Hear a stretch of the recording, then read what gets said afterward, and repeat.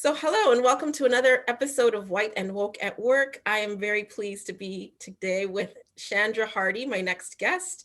And Chandra is a colleague that I've met through the platform LinkedIn, and she's been really, really vocal in this movement for social justice prior to getting kicked off LinkedIn, but she's back now, and we're really happy to have her on our podcast. So thank you for coming on, Chandra. How are you? My pleasure. Doing great. How are you?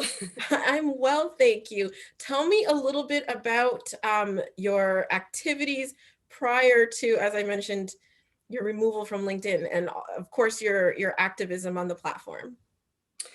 Yeah, I usually start with the family history. I was very fortunate to be born into a unique family.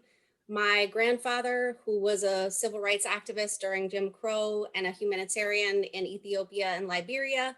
In fact, I have some of the artifacts that he brought um, with him from 1950s Ethiopia and Liberia. When he came home, it was still the late 50s. He became involved in civil rights work. So he had a law degree from Hofstra University. He never actually practiced as an attorney, but what he did do was hire actors to apply for housing. When they were denied housing on the basis of race, he filed lawsuits against entities. So he did a lot of work that became his legacy, really, Mhm. passed down through family members who also acquired sort of a social justice mindset. I would say it's somewhere deep down in the DNA. At 11 years old, I was writing about the injustice of the U.S. dropping bombs on Libya, and so I recognize now as an adult that I um, had, from an early age, an understanding that the world was not a just and fair place, and that I could be an instrument of change. I could help push ideas, more equitable ideas forward. And so I sought to do that in the context of education.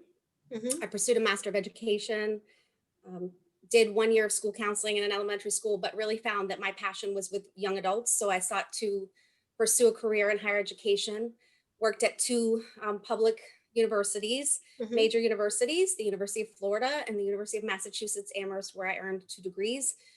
And so it was there that I started equity work, working for the College of Liberal Arts and Sciences, a program called Achievement and Mainstreaming. I'm not sure if they would use that same language these days, but at the time I was hired in 2000. That was a program for first generation students. Um, it was an honor to get my feet wet with equity work at the higher ed level. And from there, I managed a graduate program in information systems and operations management, where I continued that sort of work, diversifying a program and growing it 300% over 15 years. But during that time, I found innovative ways to open doors of opportunity for um, diverse students, non-traditional students, first generation students, and others who are interested in careers in information systems. And so it was a real privilege to be able to open those doors and be a champion for young adults seeking to change the field of technology and bring new ideas So and new representation. talk to me a little bit about that. What did opening indoors look like for that community?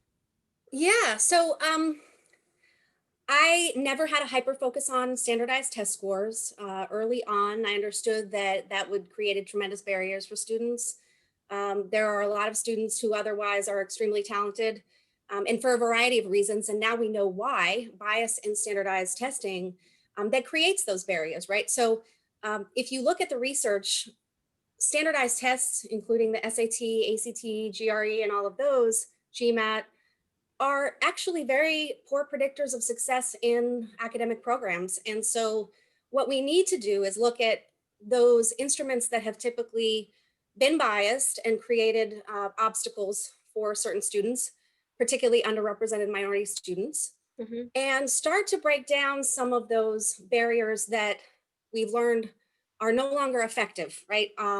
So, coming up with new and innovative ways to find talent, recruit talent, um, I found that the students who very often had lower GPAs, perhaps lower than, the program would have liked to see. But when you talk to them, they are first or second generation students, sometimes with parents who don't speak English. Mhm. Sometimes they have, a wide variety of life experiences that can create some obstacles. So what I would do typically is sit down with those students and listen to them, right, and hear their stories and understand what some of those obstacles were. And very often I would take a chance, right? So I was privileged in that I could single-handedly make admission decisions. So I had that flexibility to see potential in a student and decide that, yes, this person deserves a chance, perhaps a second chance if they didn't manage to, you know, perform at the level they would have liked at the undergraduate level. But there was so much opportunity in technology, and I saw students coming in who didn't fit a traditional profile, still knocking it out of the park very often, not because of their technical skills, which they had, which were presumed to be there by employers, but because of their interpersonal skills and their Mhm. perseverance and their grit. And resiliency is probably the number one factor for success in an academic program, because we all fall down, we all make mistakes, and we learn from those, presumably, Mhm. and we become better. So I took a chance on students who deserved it, who had earned that chance, not because I was being charitable, and not because I'm the gatekeeper of any particular opportunity these students earned their way in.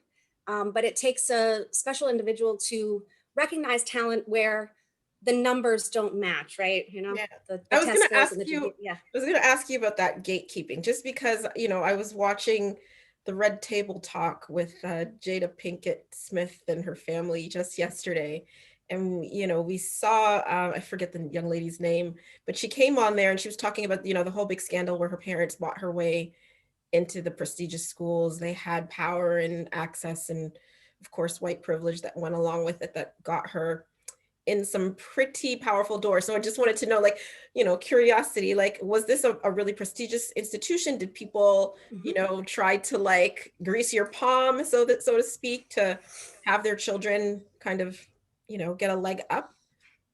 Is that sort of No, good? not so much at the graduate level. Every now and then you'd have a pushy parent, but I will say that typically they don't come from underrepresented demographics. Those typically would be parents that maybe wouldn't be so pushy, but parents who are used to wielding their privilege as a sort of pass to get things done. Parents who have obviously insider knowledge about the college experience, right? Yeah. Creates a huge advantage for those students. And so every now and then I would get a call from parents. As long as it wasn't pushy, you typically would, try to diplomatically, let's see, empower them to empower their child to advocate on their own behalf. Right. Um, but the students who self-advocated the most, who came in person, who understood that in-person interaction, right, and that excuse me, I have some lawn noise. Ooh, and some thunder. It's Florida.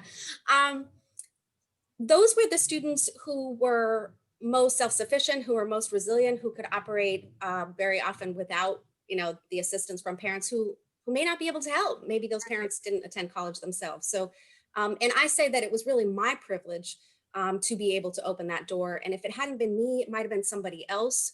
So it's not that I played that significant of a role, but it is truly an honor to be able to um, do that for students who deserve it, who are very deserving of And that are you opportunity. still in that field? I am not currently in that field. I would say I'm in a transition period right now. I've spent 2 decades in academia. I've seen a lot. Frankly, I've seen things that I wish I had not seen. Um, Pervasive discrimination towards women and people of color, primarily in predominantly white institutions. Mhm. Walking the halls of a predominantly white institution means seeing typically powerful, wealthy white men in portraits on the walls. Some of them dead, some of them long dead. We often forget about the power of imagery, and that when students walk into a place where they don't see themselves represented, what that how that makes them feel, right? sort of unwelcome. And you get to a point where you see so much discrimination happening out in the open. Okay, I'll give you an example of a dean search that happened at one particular top 10 university where all of the candidates were white men, every last one. Okay. And the excuse given is always that it's a supply and demand issue, right? It's not a supply and demand issue. It's a resource issue. It's a priority issue. Right. It's a matter of not creating pipelines and relationships where you might find diverse talent. And so I'm very skilled in that area. I'm very skilled in being able to talk to people from all walks of life and connect with people who are often very surprised that I have that ability. And why is that? Why do you have that ability, Chandra? Because I'm what they call nosy in a friendly way. I really, really want to get to know people on a deeper level in general, to the extent that people are willing to share. And I'm very often surprised and honored at how much they're willing to open up and share their very personal experiences with me. So I always keep that sacred, and privacy to me is absolutely critical. Protecting my students, empowering my students. When I was sending them out into the working world, which can be a very hostile place, as we know, for women of color. And so it's, when I look back at some of the recommendations or comments, reviews, I don't know how LinkedIn calls them, that students left, I discovered that I had actually been quite a force in their lives and had really little idea, because I was with them for 2 years of their lives, not a long period of time. But you know, you're in your early 20s typically when you're in graduate school, mid 20s. And I remember the 20s to be a tumultuous time of life. What I really enjoyed was being in the role of sort of den mother. I was the main point of contact for the program. I was somebody who students could, you know, talk to when they couldn't find a faculty member, and very often faculty members are busy with their research and their teaching and not able to do that kind of work. So it's a very unique role.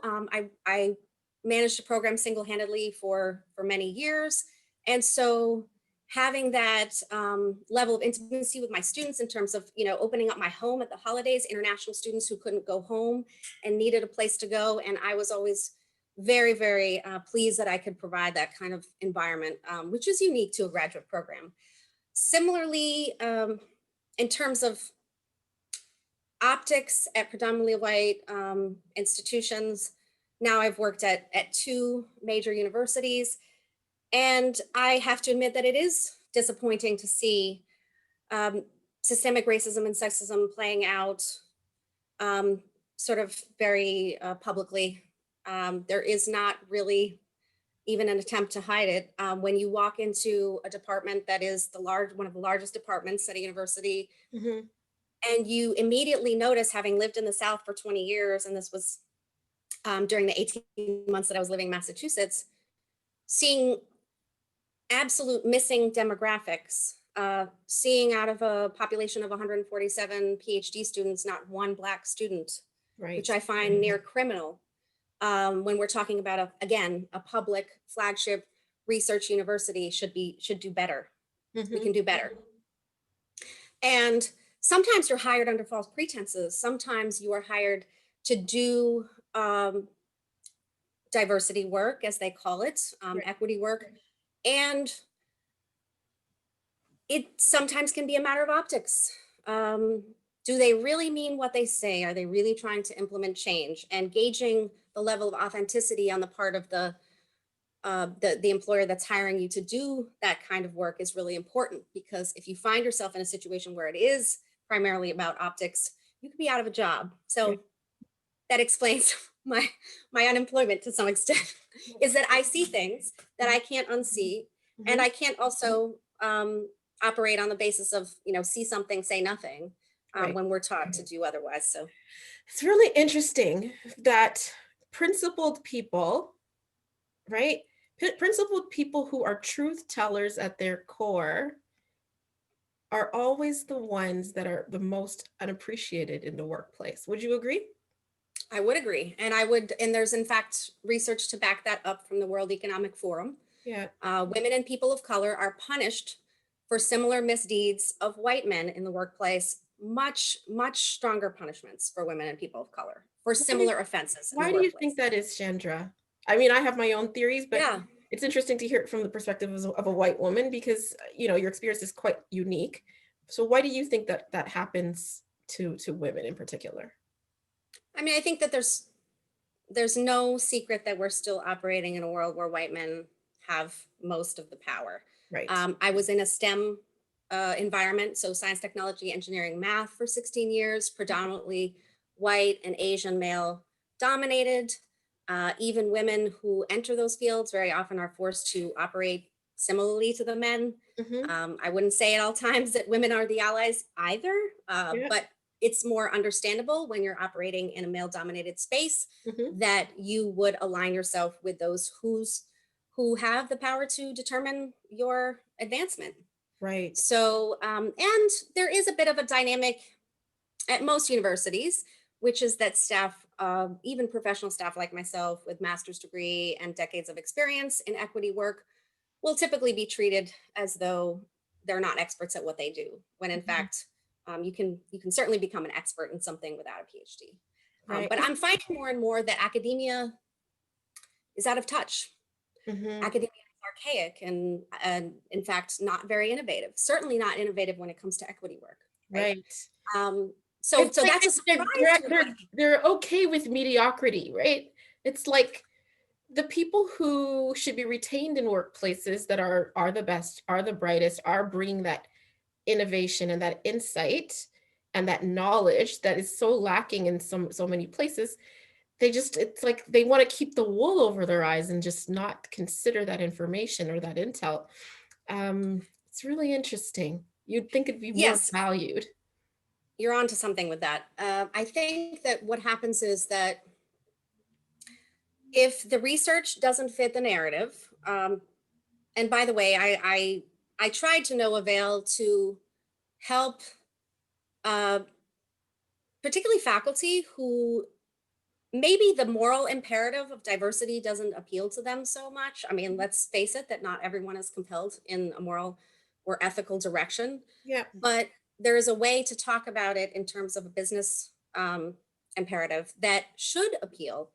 And when you have the skill to be able to bring the research, bring the data, right, that suggests that when you, going back to the barriers that we create to higher education, when you eliminate those barriers, you broaden the applicant pool, you in fact,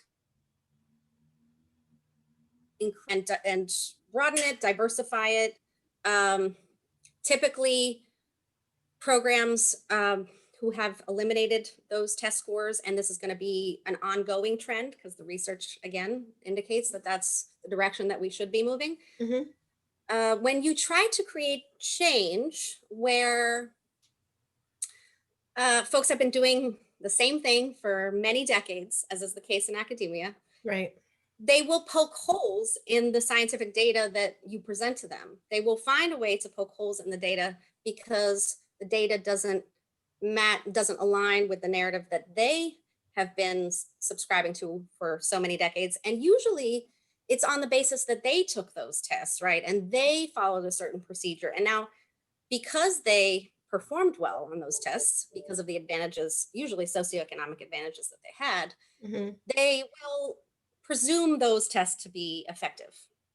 And they don't want to hear that they are no longer considered effective and that we might do something different to create better outcomes.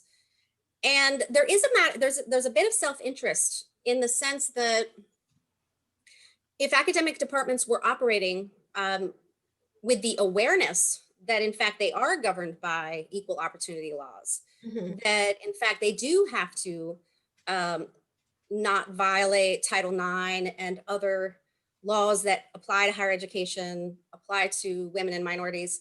Um, when they operate with an increased awareness about the legal aspect of this process, they're going to save themselves from liability, right? Mhm. So there's a bit of self-interest there. Also, many labs, particularly science labs that receive federal grant funding, NSF, NIH funding, they are overseen, at least in theory, by the EEOC.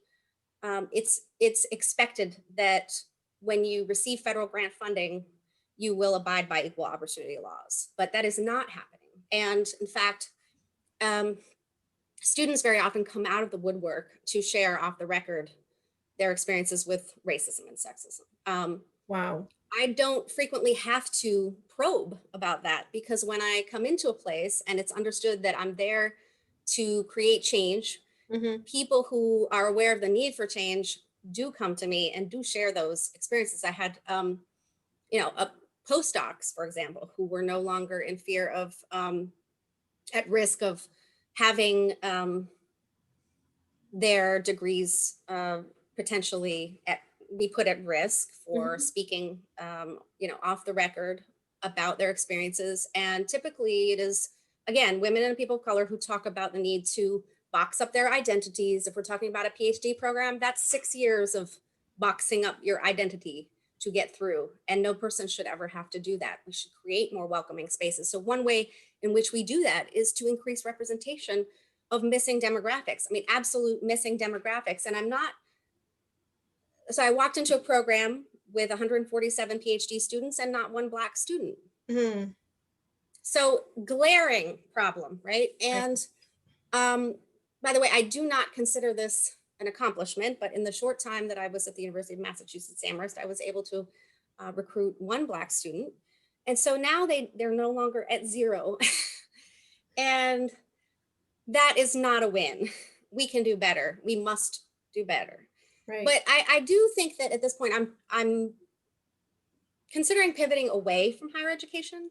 I think academia is very out of touch, frankly, Mhm. with what's happening in the real world, and especially right now. I do appreciate science, and I appreciate research, and I appreciate so much about what comes from public research universities in particular. But I can no longer make myself vulnerable for the kind of work that I intend to do, and I intend to spend the rest of my life doing. So I want to go where my skills and experience and can be put to good use. And so I had an exciting opportunity. Someone reached out about an opportunity that was really right up my alley, and it tapped into my greater purpose, which I think we should all be doing, is tapping into our greater purpose. Mhm. And so I hope to have a conversation with this person soon. And I'll maybe have more information to share at a later date. Good, good. I'll be wishing the best for you. Thank you. You certainly deserve it, especially people who are, caring and giving, and you certainly are all of those things. So I just want to get to, I guess, the core of where all that comes from. Does it really just start with your grandfather and the values that he really just instilled and passed down, or is it generational, or is it something about you per se that makes you this way? Yeah, I think it's generational, but I would not rule out that there may be something deep down right in the DNA that is part of our nature. If we're primarily educators, humanitarians, civil rights activists, and so we lean in that direction. And of course, those were our influences. Yeah. Um, I would say that I had a very unique experience. Also, I'll highlight this. My mother took me to, I posted about this recently. My mother took me to St. Croix as a young child. Hmm. I was educated by Black teachers, all Black teachers. I was around all Black children, and I didn't know any different, not at the time. Right. I have photos from that experience, and I believe that it was life changing. When you hear about people like Tim Weiss who do anti-racism work, Hmm.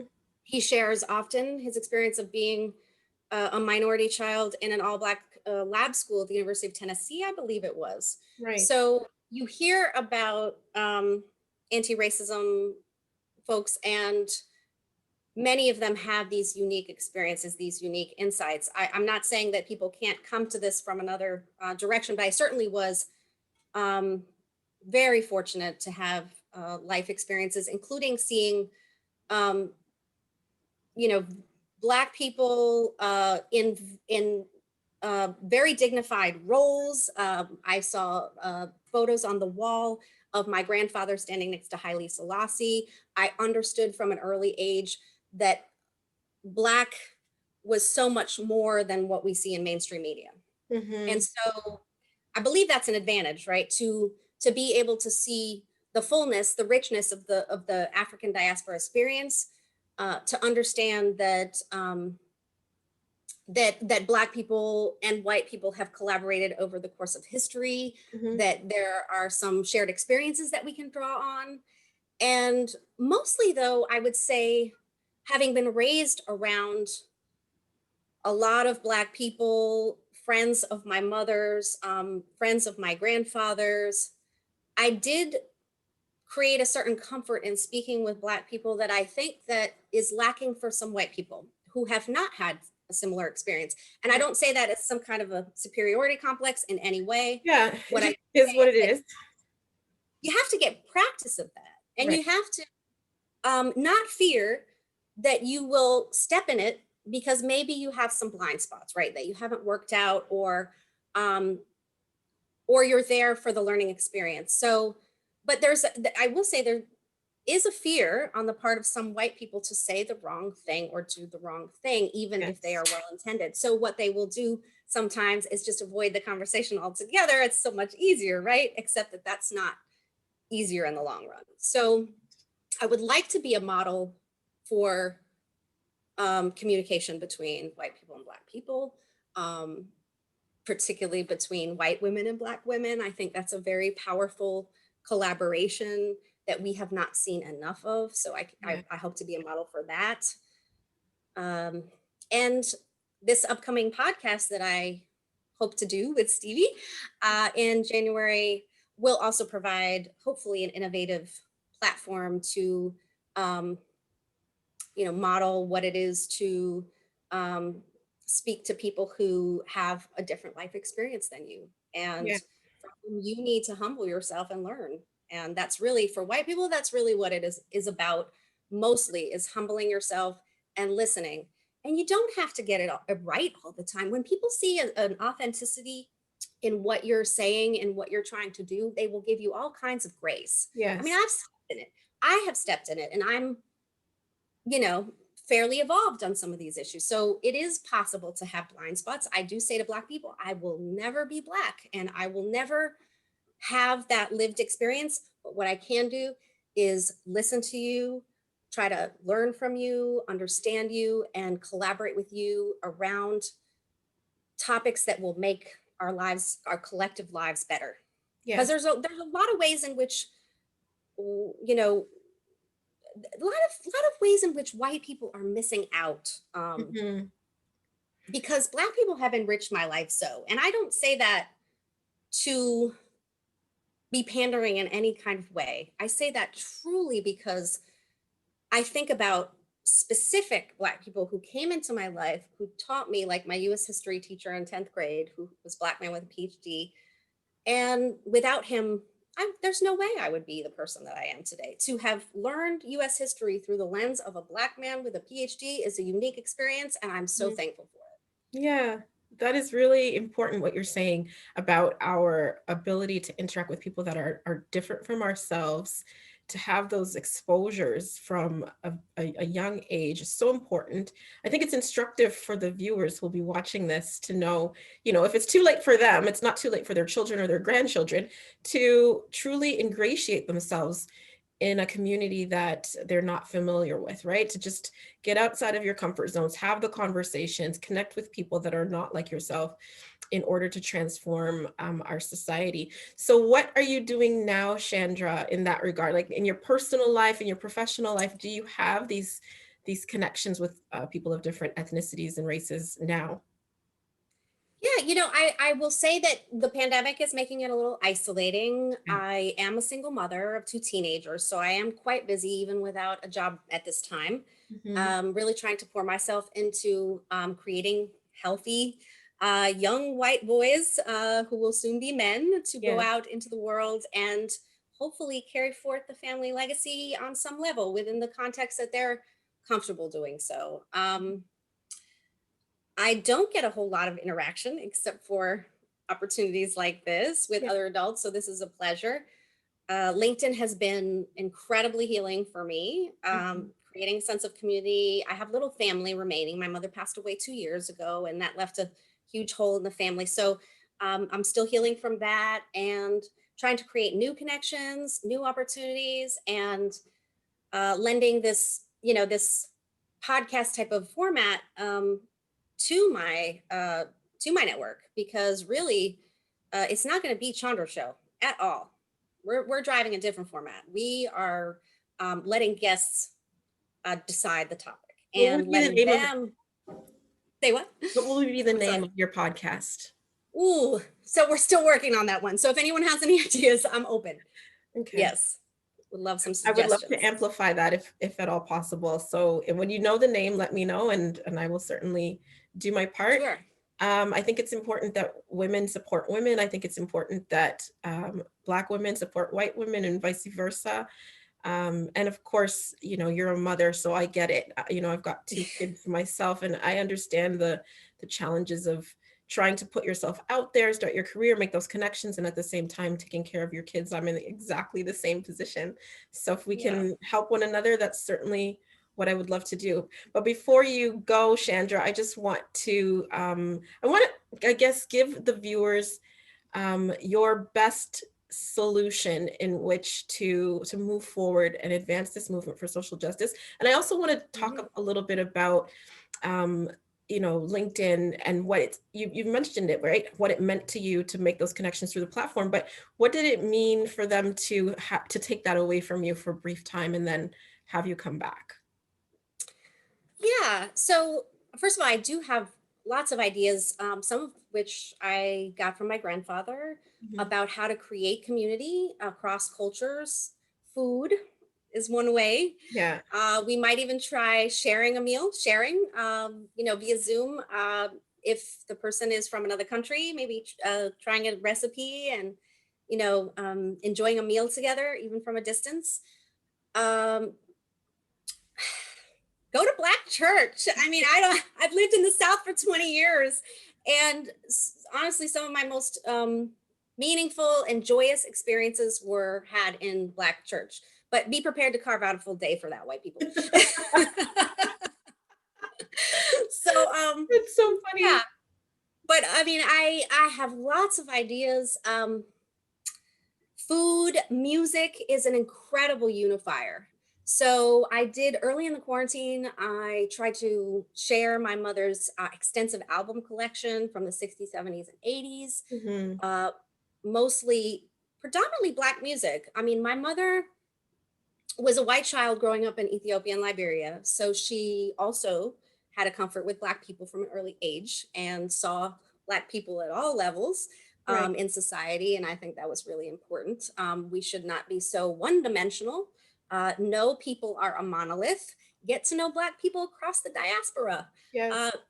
FAMU, for example, where I recruited, was one place that I really got to see the full diaspora. And it was quite a different type of experience than being on a predominantly white campus, I will say. Mm. But as time goes on, I mean, there are any number of ways to build community, and we can get really creative about it. But music and food are a great place to start. Spirituality, people connect, in all sorts of ways. I do remember, shout out to Sean Bowers, because he's one that I connected with, a white man who's been working for a Black writing for a Black publication over many decades. And he said basketball for him was how he got to know Black people Mm. and feel really comfortable. And after a while, when they trusted him enough, they allowed him in more and Yeah. more. And I Yeah. would say, when that trust builds and you really get to know people on a deeper level, that's where the sweet spot is. That's where the meaningful work really is. For sure. So talk to me about, I guess, your next steps. And again, with LinkedIn, what change means for you now that you're back. Yeah. So actually, LinkedIn has a bad habit of playing both sides. They don't want to take a stand. They're very neutral. They're very neutral in one sense. They seem to I guess I shouldn't call it neutrality, actually. I should say that they have a both sides scenario going on, and this was Right. pre-election that they banned me. So I don't know if it's because things heated up so much. Um, I do address harassers and abusers online. And I'm not going to be nice about it. I would say if there is one anti-racism person who I really admire and respect in terms of a white person, I channel a little bit of Jane Elliott. Hmm. Jane Elliott inspires me greatly because she does not hold back. And sometimes you really just have to tell it like it is. There is a value in telling the truth, and Mhm. there's freedom in telling the truth. And so, at my own risk, I will address white men who bring racism and sexism. I will, in fact, address Black men who bring sexism as well, because I'm not here to pander. I'm just here to tell the truth Right. and to help people not be racist and sexist. I mean, really, it's just that simple, as to try to um, create the kind of world that I hope to live in, where in fact my own white sons do not have an advantage for their whiteness and their maleness, because I believe very strongly that my kids want to compete fairly. My kids didn't ask to be born into a world that was unequitable. Right. They in fact don't like, right, the some of the shame, frankly, that comes with that, and feeling like, geez, am I an oppressor because of the color of my skin? Because of my gender, am I an oppressor? Does that make me an oppressor off the bat? So it's a very delicate conversation. Um, in some ways, a white mother has to have with her white sons, because you don't want to create shame. Yeah. There's no shame. I tell them all the time, this is a no shame zone. Just understand though, and I know you didn't ask for it, but this is the world you live in. And Right. because this is the world you live in, I want you to be aware. And I want you to first subscribe to the Hippocratic Oath, Hmm. which is do no harm. Let's start with that. Do no harm. Right. Okay. And then we can build off of that. So it's an interesting age. They're 13 and 16. I believe that they are more aware because of some of the conversations that we're having. All I can hope is that they, carry forward some of the ideas, even though they're not personally affected by racism and sexism. And I will say that is a roadblock. Yeah. That is definitely a challenge, because when someone is not personally affected, their ability to empathize really is hindered. But Empathize someone who and has, actually see, right? Like it's hard for people who aren't personally yes, affected to even recognize what it might look like. And that's where the blinders correct. come in, and that's where the inappropriate behaviors come in. But it's interesting, like you sound like you're doing a phenomenal parenting job. And it's really interesting because our kids are growing up at a time where not only do we have this movement for social justice, but you've got Me Too, the Me Too movement Oh at yeah. the same time. And right, you've got boys, I've got a boy, and like I've got my 7-year-old reading F is for feminism. And Oh, you salute. know, and saying girl Yeah. power, right? Like it's really important that he Mhm. understands, that girls can do everything. Like we had a conversation this morning about God, right? And he says to me, we're talking about, of course, the birth of Jesus because I'm Christian, and we're talking about Christmas is coming, and he says something about God being male. And I said, God's a woman, right? Just to hear what he's, of course not, mommy. Like, how could God be a woman? Don't you read your Bible? And I had to chuckle, right? I said, well, how do you know that God's a man? He said, because he has a beard. I said, I've never seen an image of God. Have you? How do you know he's got a beard, right? So we have this whole dialogue. He's like, well, he's Jesus's parent, so he has to be a man. And I said, well, no, Jesus was born by a woman. So Mary could be God, right? Like, so I'm just opening his mind, right, to the possibilities, right? Because Sure. we, like I want him to understand that there's an equitable society, and that we have to be conscious of it. And I'm raising his conscious, even at 7, right? Like, I don't think Never too early. it's never too early. I think that the research shows that by age 3, Mhm. kids are aware of race Yes. differences. And around that time, or maybe not too long after that, sadly, they are also aware of the advantages of one race over the other. Right. And so, teaching children to love themselves, and this goes for any race, because I mean, I can be sarcastic all day long and say that like the Proud Boys have mommy issues and, things that I sometimes post that are meant to be provocative, quite Right. frankly. I'm trying to start conversations. So, but really, you see these, how these men operate. And of course, they're not operating from self love, and so I think that's really the key is to when we love ourselves, we treat others with more respect and love. Do you know And what? so Go ahead. So, go ahead. say what you're gonna say. So just really you're doing the right thing. I mean, you're the way that you are empowering him to think outside the box, to love himself, but to also love others. All that we do as mothers to instill these values in our children. I believe strongly that it's going to pay off. I I believe hope you're strongly, and right. I think we're changing the world through our children. So I agree with bravo. you, Sandra. On that note, bravo to you too. And I thank you so much for coming on, sharing your story, sharing your journey, and all the things you're doing to create a more equitable anti-racist world. And I look forward to seeing what you do next. I'll be eagerly anticipating your new podcast. And we'll Thank you. see you and the viewers next time. Don't forget to hit the Yes. subscribe button below.